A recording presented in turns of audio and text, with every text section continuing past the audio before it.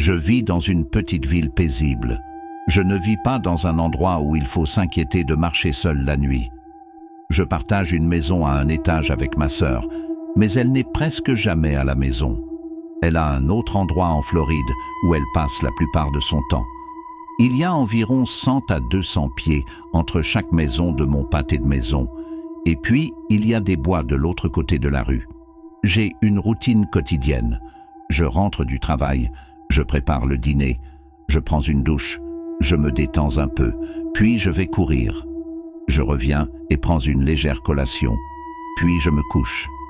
C'était une nuit de travail comme les autres. J'allais courir le soir et quand je suis revenu chez moi, il y avait une camionnette blanche au hasard garée de l'autre côté de la rue. J'en ai pris note car il est rare que des voitures se garent au hasard dans ces rues. Notre petit quartier a très peu de circulation de transit. Je l'ai regardé en marchant à reculons vers ma porte d'entrée et je pouvais dire qu'il y avait quelqu'un assis à l'intérieur, même si je ne pouvais rien voir de ce qu'il faisait. Je ne sais pas si le verre était teinté ou si c'était simplement parce qu'il faisait noir. Plus tard dans la nuit, j'ai entendu des bruits étranges venant de l'extérieur. C'était comme un bruit de grattage. J'ai regardé par la fenêtre et j'ai crié « Bonjour » et ça s'est arrêté. Je n'avais aucune idée de ce que cela pouvait être, mais ma première hypothèse était que le voisin faisait quelque chose dans son jardin. Je suis retourné à ce que je faisais et c'était la nuit. Le lendemain était un vendredi, le dernier jour de ma semaine de travail. Après le travail, j'ai continué à suivre mon horaire habituel. J'ai fait ma course nocturne un peu plus tôt ce soir, puisque c'était vendredi, et j'avais des projets avec des amis. Je suis revenu de ma course en imaginant que la camionnette était de nouveau là, mais ce n'était pas le cas. Cette fois, je suis sorti avec mes amis dans un club de comédie et je ne suis rentré que tard. Je suis entré dans la maison et j'ai verrouillé la porte. La nuit a été longue et je me sentais fatigué. Alors je me suis dépêché de me préparer à aller au lit. Après avoir éteint la lampe de chevet de ma chambre et m'être allongé, c'est à ce moment-là que les choses sont finalement devenues suffisamment silencieuses pour que je puisse capter des bruits sourds et bruissants étranges. J'avais l'impression qu'ils venaient de l'intérieur des murs. Ce n'est qu'une maison de 2 chambres, elle n'est pas grande. J'ai collé mon oreille contre l'un des murs et j'ai effectivement entendu quelque chose qui se passait à l'intérieur. J'ai frappé contre le mur et les bruits se sont arrêtés. C'était une source d'inquiétude, car je pensais qu'il s'agissait d'un rongeur ou d'un raton laveur sauvage. Je suis sorti dans le salon et, en passant devant les fenêtres, j'ai regardé dehors et j'ai vu à nouveau cette camionnette blanche garée dehors. J'ai ouvert ma porte d'entrée et suis sorti jusqu'au perron pour regarder la camionnette. Je n'ai vu personne assis dedans cette fois. 2 nuits de suite, il se passait quelque chose. J'ai marché pieds nus jusqu'au côté de ma maison pour chercher d'éventuels trous dans les murs par lesquels les animaux pourraient ramper. Puis, je suis arrivé à la porte extérieure du vide sanitaire. Il était fissuré et la serrure était cassée.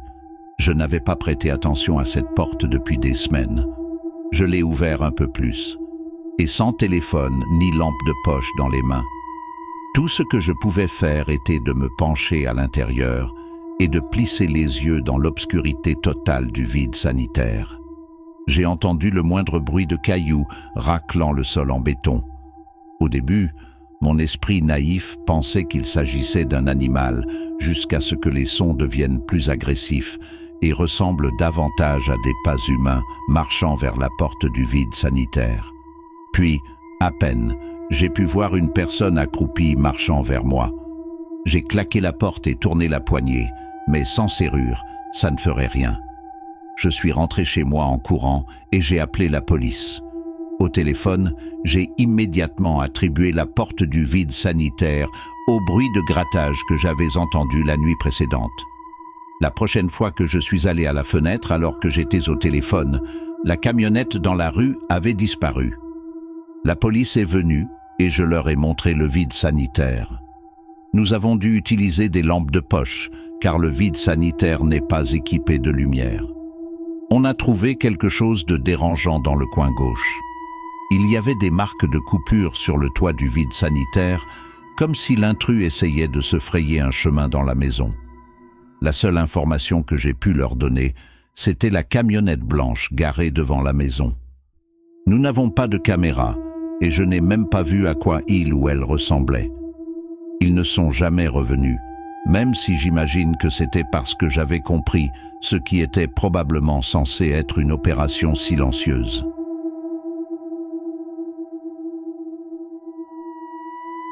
Ma famille a une maison d'été dans la forêt nationale d'Arapahoe, au Colorado. C'est à 7 heures de route de chez moi. Je n'y vais pas souvent avec mes parents ou mes frères et sœurs, voire jamais. J'y vais seul dans le but de chasser et de me désintoxiquer.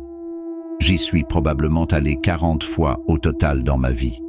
La dernière fois que j'y suis allé, c'était il y a quelques mois, mais je n'aime plus vraiment y aller seul. Voici pourquoi. C'était en 2017. Je venais de garer mon camion sur l'ancien chemin de terre jusqu'à l'herbe de la propriété. Il n'y a pas de véritable allée. En fait, nous nous garons n'importe où sur l'herbe. La maison n'est pas immense, elle est modeste mais agréable pour une maison de vacances. Je me suis garé à côté du pont avant.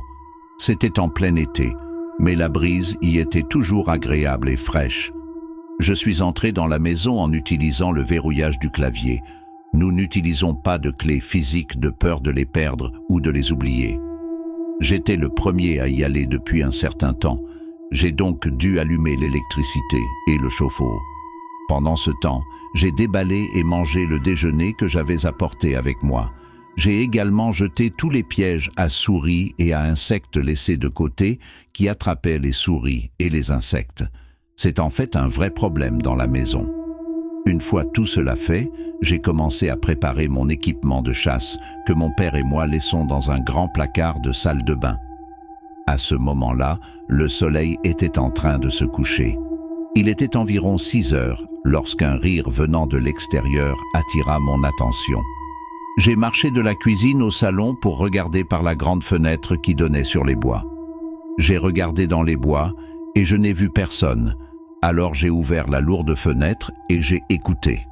Les rires appartenaient à plusieurs enfants, comme un petit groupe. Cependant, c'était notre propriété, ce qui signifiait que ces enfants entraient sans autorisation, probablement pour rien de bon. Je suis sorti par la porte arrière vers les bois, essayant de suivre les rires. Je continuais à m'enfoncer plus profondément dans les bois et les rires restaient à la même distance de moi. Finalement, j'ai abandonné parce qu'il semblait que les enfants s'enfuyaient de toute façon. Le lendemain, alors que j'étais posté dans la tour que mon père avait construite pour chasser le cerf dans les bois, j'ai entendu à nouveau le rire de ces enfants, remarquant que cela signifiait qu'ils étaient de nouveau sur notre propriété. J'ai décidé d'appeler mon père et de lui demander quoi faire. Il m'a dit de les chasser de la propriété si je les voyais, alors j'ai tiré une balle en l'air.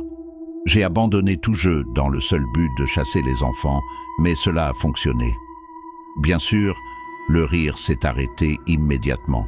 Je savais maintenant que cela ne servait à rien de rester posté dans la tour, alors je l'ai appelé pour la journée et je suis rentré à la maison.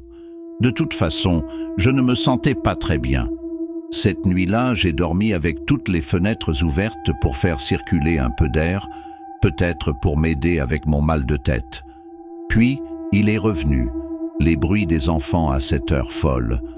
Il devait être plus de 11 heures à ce stade. J'ai grimpé sur le lit pour regarder par la fenêtre. Bien sûr, il faisait trop sombre dehors. Mais j'en avais assez maintenant. J'ai sorti mon Winchester du placard ainsi qu'une lampe de poche. Je n'avais pas l'intention de tirer sur des enfants, juste de les effrayer avec 1 ou 2 balles. Je suis ressorti par la porte arrière en direction des bois, d'où venaient les rires. Le rire était plus fort que jamais auparavant, comme s'il semblait qu'ils étaient à 20 mètres au maximum.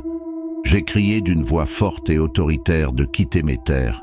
J'ai scanné les bois avec ma lampe de poche. Ce n'était cependant pas très puissant. Ensuite, tous les muscles de mon corps sont devenus mous lorsque le volume du rire est passé de 30 à 100 en une demi-seconde. Puis, quelque chose a atterri par terre à côté de moi. C'était un vieux haut-parleur. Les rires des enfants résonnaient à travers la pièce. Je l'ai ramassé et je l'ai jeté dans les bois. J'ai dirigé la lumière vers les bois. À un moment donné, je n'en suis toujours pas sûr, mais j'ai cru voir une personne debout au bord de ma lumière. J'ai pointé mon Winchester en l'air et j'ai tiré. Puis j'ai crié une menace du genre « Approchez-vous, le prochain coup vous transperce le crâne ». J'ai ensuite couru vers la porte arrière et je l'ai verrouillée. J'ai fermé tous les rideaux. J'ai envisagé d'appeler le département du shérif, mais jusqu'ici, tout appel à la police prenait au moins une demi-heure à 1 heure. Je ferais mieux de fuir complètement. Alors que je préparais mon sac, j'ai entendu une trace sur la fenêtre du salon. J'ai attendu quelques minutes en position inactive avant de déplacer légèrement les rideaux, révélant quelque chose d'écrit avec du sang sur la vitre. Je n'ai pas pris le temps de le lire. J'ai fini de préparer mon sac, j'ai pris mon arme, j'ai pris une profonde inspiration et je suis sorti. J'ai verrouillé la porte avec le code le plus rapidement possible, puis j'ai couru vers la voiture comme si ma vie en dépendait. J'ai allumé la voiture et l'ai mise en route avant qu'elle n'ait eu le temps de terminer avec ses bips de démarrage. J'ai parlé avec mon père sur le chemin du retour. Il m'a dit que j'avais raison de partir. Rien dans la maison ne valait ma vie. J'ai séjourné dans un motel voisin cette nuit-là. Mon père est venu le lendemain. Je l'ai rencontré à la maison. Tout ce qui était écrit avec du sang sur cette fenêtre a été complètement effacé. La maison n'a pas été cambriolée et nous n'avons pas pu trouver l'objet de type haut-parleur qui m'a été lancé. Nous sommes restés quelques nuits, puis sommes rentrés chez nous. Je ne sais pas qui était là ni pourquoi il me ciblait. J'espère vraiment que ce sang était du sang animal.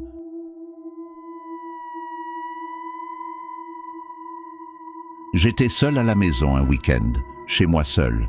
J'ai eu quelques amis le premier soir et je suis resté éveillé assez tard les 2 soirs. J'avais 14 ans à l'époque, je venais de commencer le lycée et mes parents commençaient tout juste à me faire suffisamment confiance pour me laisser la maison seule. C'était un samedi soir. J'étais dehors avec quelques amis assez tard quand nous avons tous décidé de mettre un terme à cette soirée. Je suis rentré seul chez moi. À mi-chemin de mon chemin vers la maison, j'ai remarqué qu'une voiture semblait me suivre, alors j'ai commencé à courir pour rentrer chez moi. La voiture a commencé à faire clignoter ses phares. À cette heure de la nuit, je ne pouvais qu'imaginer un danger potentiel, alors j'ai transformé mon jogging en une course à part entière. J'ai couru jusqu'à chez moi et j'ai vérifié par les fenêtres. Quelques instants plus tard, la voiture s'est garée devant la maison et quelqu'un est sorti. Ils ont commencé à courir jusqu'à ma porte d'entrée. J'ai commencé à paniquer. La sonnette a commencé à sonner et ils ont commencé à frapper agressivement à la porte. J'ai soudain eu l'impression que ma vie était menacée. J'ai couru vers ma chambre qui se trouve au niveau inférieur de la maison, près de la cour. J'ai essayé de joindre mes parents au téléphone, mais ils n'ont pas répondu. Ils dormaient définitivement. Pour un garçon de 14 ans, j'étais mort de peur. Maintenant, les coups intenses se sont déplacés vers ma fenêtre au lieu de la porte d'entrée. Je leur ai crié de s'en aller, et ils ont répondu quelque chose, mais c'était étouffé. J'ai quitté ma chambre pour me cacher dans la chambre de mes parents et j'ai appelé la police. J'ai passé un appel téléphonique pour expliquer que j'étais suivi jusqu'à chez moi et que quelqu'un essayait de s'introduire par effraction dans ma maison. Les coups ont commencé maintenant à la fenêtre de la chambre de mes parents, comme s'ils savaient d'une manière ou d'une autre dans quelle pièce j'allais à chaque fois. J'ai crié « Va-t'en !» Le répartiteur du 911 m'a dit de ne pas faire cela, de me taire et de rester caché. Mais la personne qui frappait contre la vitre s'est mise à crier à travers la fenêtre fermée, et maintenant j'entendais plus clairement ce qu'il disait. Il a crié « Il y avait quelqu'un dans votre maison ?» Puis il a crié « Quelqu'un vous a suivi jusqu'à chez vous et pourrait être à l'intérieur de votre maison. » Ignorant le répartiteur du 911, je me suis dirigé vers la fenêtre et lui ai demandé à voix haute pour qu'il puisse m'entendre. « De quoi parlez-vous » Il m'a crié d'appeler la police et de rester enfermé dans une pièce parce que quelqu'un m'avait suivi chez moi et s'était rendu dans notre jardin. J'ai dit au répartiteur exactement ce que l'homme m'avait crié. Elle a dit « Ne lui faites pas confiance pour l'instant et restez dans une pièce verrouillée jusqu'à ce que la police arrive à votre porte d'entrée. » Je ne savais pas si les choses que l'homme disait étaient vraies ou non, jusqu'à ce que j'entende des pas à l'extérieur de la chambre de mes parents, près du salon. Les pas résonnaient sur le parquet du couloir de la chambre. J'ai entendu chaque porte du couloir s'ouvrir jusqu'à ce qu'elles arrivent à la porte de la chambre de mes parents. La poignée de porte s'est tordue, mais comme elle était verrouillée, la porte ne pouvait évidemment pas être ouverte. Je me suis caché dans le placard alors que la personne de l'autre côté de la porte essayait de la faire tomber. Tout ce que j'ai entendu, c'était une forte détonation.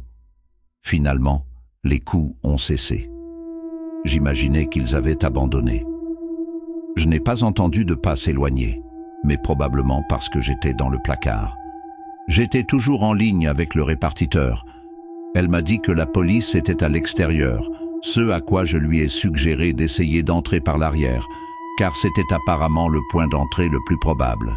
Ils ont cependant pu entrer par la porte d'entrée, puisque l'intrus était sorti par cette porte. La porte arrière est restée entr'ouverte après que l'intrus a brisé la vitre, lui permettant d'y accéder et de la déverrouiller. J'ai rencontré la police dans le salon. L'homme qui frappait aux fenêtres était également là. Il a raconté toute l'histoire. Alors que je rentrais chez moi, il a vu un homme plus âgé accroupi dans un buisson après l'autre, me suivant d'une manière qui laissait entendre qu'il voulait du mal. Il m'avait suivi jusqu'à chez moi. C'est pourquoi le gars dans la voiture me suivait et faisait clignoter ses phares. J'ai appelé ma mère, qui a décroché au 3e essai. Je ne voulais pas appeler mon père parce que j'avais peur de sa colère. J'ai parlé avec ma mère sur haut-parleur, la police l'écoutant et lui apportant des mots rassurants. La police m'a déposé chez un ami cette nuit-là pour y dormir. Mes parents ont commencé à rentrer chez eux en voiture ce soir-là et sont arrivés tôt le lendemain matin. Un policier s'est garé devant notre maison pendant quelques heures avant de repartir. À notre connaissance, rien n'a été volé. Et si l'intrus n'est pas entré par effraction pour nous voler, cela veut dire qu'il était vraiment après moi. Et il est venu après moi dans ma propre maison,